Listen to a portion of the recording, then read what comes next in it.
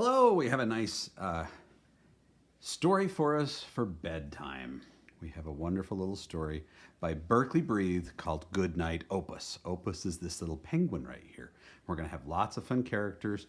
And if you've ever read the story Goodnight Moon, some of this might seem a little familiar. So Berkeley Breathe wrote this wonderful children's story. Goodnight Opus by Berkeley Breathe. Notice how the adults all have to have their bunny jammies on. We might have to have our bunny jammies on to be able to read this story. Maybe we do have our bunny jammies on. Maybe we do. Here's Granny ready to read the story. Okay. Which book, dear Opus, may I read you tonight? Asked Grandma with love at the start of the night. Why, my favorite, I said. The one with the rhymes. The one you've read me 209 times. And just as it is with all proper grannies, she ordered me into my pink bunny jammies. Then she sat and said, hush, and her voice filled the room. Good night, she read softly. Good night to the moon. And good night to the lamp and the little toy boat. Good night to the mittens, all hanging and soaked. Good night to the floor. Good night to the walls. Good night to the rug and the door in the halls. Good night, tiny mouse, and good night, blue moonshine. Good night, Grandma read, the 210th time. I can't really say how this happened next. After 210 times, I departed the text. Uh-oh, what's Opus doing? Good night, I yelled, jumping. Good night, far away. Good night to you all in my Milky Way. Sit back down, Grandma said. Get back to bed. There's no one up there, and that's not what I read. When your sight surpasses what's plainly in view, pull your head from the clouds. Keep the ground to your shoes. Now let's finish the story with no Milky Way. It's improper that folks get so carried away. But she read no further. She said nothing more. Yes, Grandma had paused for a snooze and a snore. Now I take full blame for all that came next, for I continued the story, but departed the text. Uh-oh, what happened? Good night, I yelled down to the chap neath my bed. Good night to you, big-nosed, blue-footed biped. I'm so sorry I've missed you each night, but tonight I was told not to focus on things out of sight. Yes, good night, said the beast with toes taffy blue. I've been here for years and not noticed you. Uh-oh. Let's finish your story and get carried away. We'll wish them good night in that far Milky Way. My friend winked to me as his voice dropped to whispers. Let's go there ourselves. Wish it right to their kissers. A team's what we need. That's just what I said. So we signed up my pillow and gave him a head. But what of dear Grandma? There's no need to tell her. We hoisted and snuck her down to the fruit cellar. She'd hear nothing there as she snored in her slumber, comfy and snug under tons of cucumber. Our crew was complete, my Milky Way team. We boarded our Milky Way flying machine. Powered by dreams, with some blue-footed help, we launched from the roof and let out a yelp.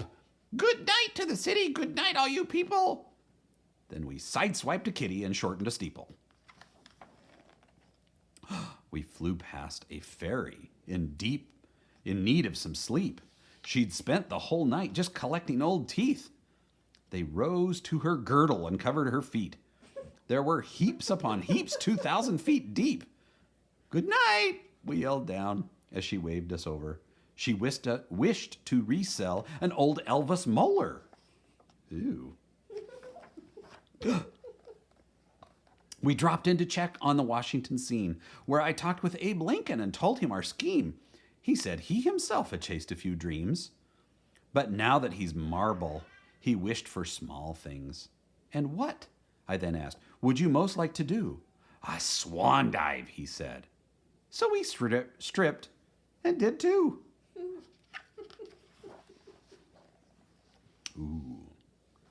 We flew past the sailors of Blue Mist Lagoon, where for 10,000 years they've been fishing for the moon. They've seen it up there, and they just want to hook it. They dreamed that one day they might baste and cook it. Good night, I yelled down. We'd help, but we're late. We're off to the stars. And they yelled, bring some bait. Uh-oh.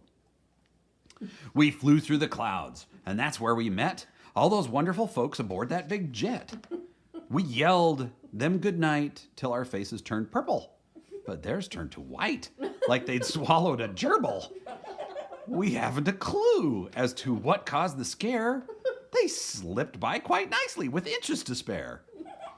Then we soared higher up till the whole sky was filled with lovable friends that the Milky Way spilled. Now there above us, 6 billion udders. No cow dads around, just milky cow mutters.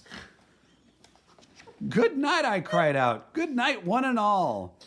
Then they served us ice cream for Milky Way ball. 'Twas time to go home, and they wept and said no. Then they kissed us good night, all 6 billion or so. So here is the freshest of up to now tips.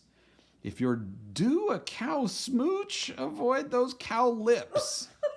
Ugh. I found my way home and collapsed on the floor. Not long before Grandma showed up at the door, I told her all of what happened that night. That I had stepped out for once and followed my sight. And that sometimes it's good that we look for a way to depart from our text and get carried away. Somebody's been eating ice cream. Look, there's a plane and a cow and a little monster and a boat.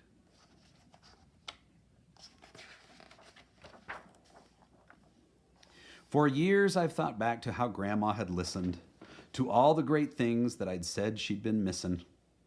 Now that night, she had paused at the foot of my bed and smiled at those Milky Way cows overhead. I sure like to think that one night or the next, she'd get carried away and depart from the text. Oh my goodness gracious, look at those bunny jammies. And there's a little Pegasus that was in the hallway and on the lamp. Isn't that cute?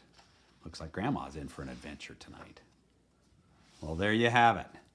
And there's Opus and his little jammies. He needs to fix up his button. But bring your bunny jammies when you listen to the story. And there you go. And always remember to depart from the text.